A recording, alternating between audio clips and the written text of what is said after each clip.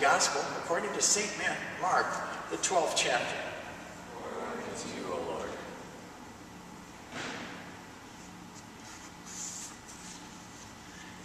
As Jesus and his disciples and a large crowd were leaving Jericho, Bartimaeus, son of Timaeus, a blind beggar, was sitting by the roadside. When he heard that it was Jesus of Nazareth, he began to shout and say, "Jesus, son of David, have mercy on me."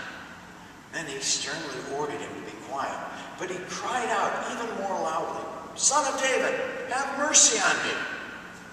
Jesus stood still and said, "Call him here." And they called the blind man, saying to him, "Take heart, get up, he is calling you." So throwing off his cloak, he sprang up and came to Jesus. Then Jesus said to Bartimaeus, "What do you want me to do for you?" The blind man said to him, "My teacher, let me see again."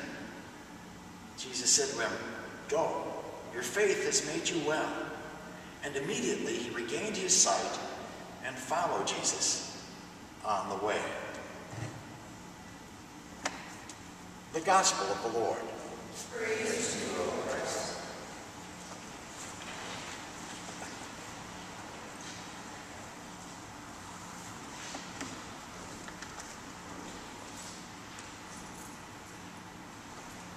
Every one of us in this room who has ever driven a car has had this happen.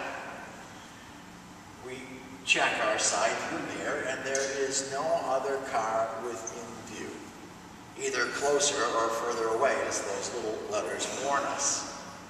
We may even look over our shoulder like we were taught to do in driver's education classes and still see nothing. So we start to change lanes, only to hear a loud honking coming from a car that seems to have magically appeared out of nowhere, in the very spot that we had just checked.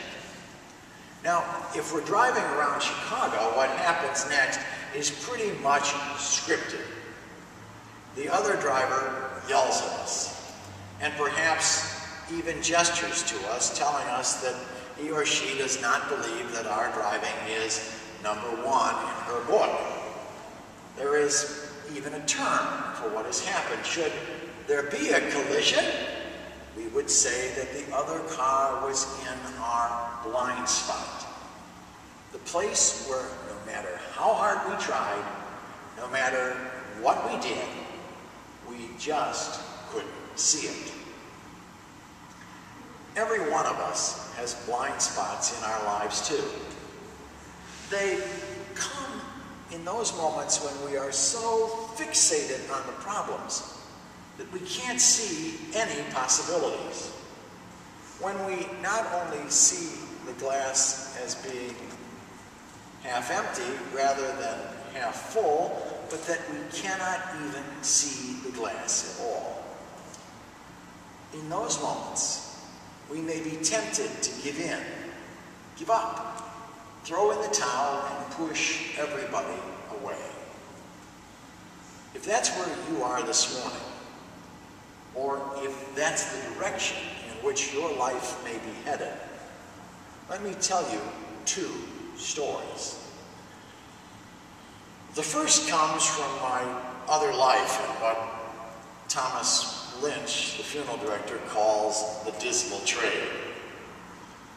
While I was away in sunny Arizona, a mention probably not great enough in this sermon to be able to take the trip off on my taxes, I received a call from a funeral home to see if I was available on Thursday to do a funeral. It was a public guardian case, which usually means that the deceased had no family or friends to carry out their final wishes. But this case was different. The woman had 2 sons and a granddaughter living in a suburb not far from here.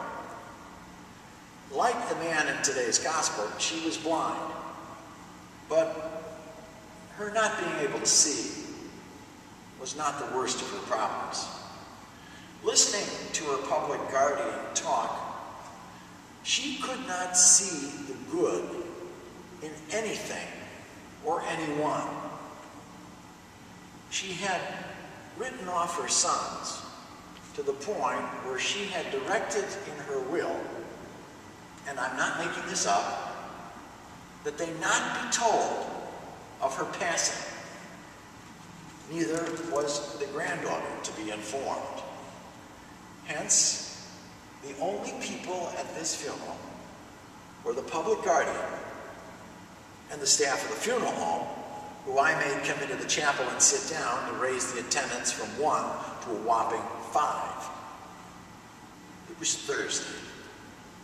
You remember what Thursday was like.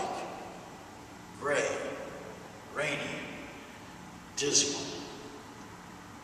And here we were, having a funeral for a woman who had pushed everyone away, including the public guardian, who said that on the deceased's 93rd birthday, the one in which would be her last, she arranged a party for her, complete with a chocolate birthday cake.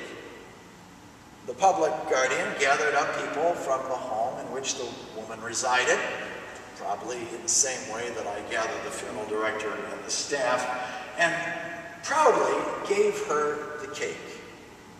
But when the woman took her first bite, instead of saying, "Thank you," she said in front of everybody, "This is chocolate. I hate chocolate. You ruined my birthday." She was blind in a way that went to her very soul. She was so blind that she could not even see or appreciate this simple little act of kindness. She didn't have a blind spot. She had a blind life. Now, let me just say as an aside that if I reach the age of 93 and you're still around, please feel free to bring me any kind of cake you want. A chocolate cake, a vanilla cake, a carrot cake, any cake will do just fine. And it can say happy birthday, or happy anniversary, or even good luck in your new location. But if I make it to 93, let's celebrate. And if I'm up and about and healthy, you buy the cake and I'll buy the drinks and take them off on my taxes just for fun.